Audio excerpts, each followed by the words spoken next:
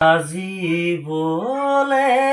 এখন ঘৰ লাগে সময় ভাঙিবলে নালাগে বেছি পৰ যাকেই মৰম দিলো ভাবিছিলো নিজৰ কিও নলয়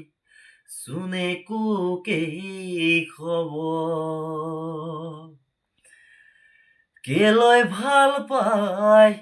চিলি মৰমী এনেকৈ এৰি যাবলে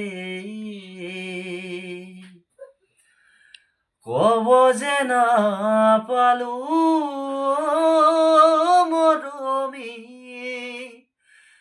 বুজাই তোকে কবলে বুজাই তোকে কব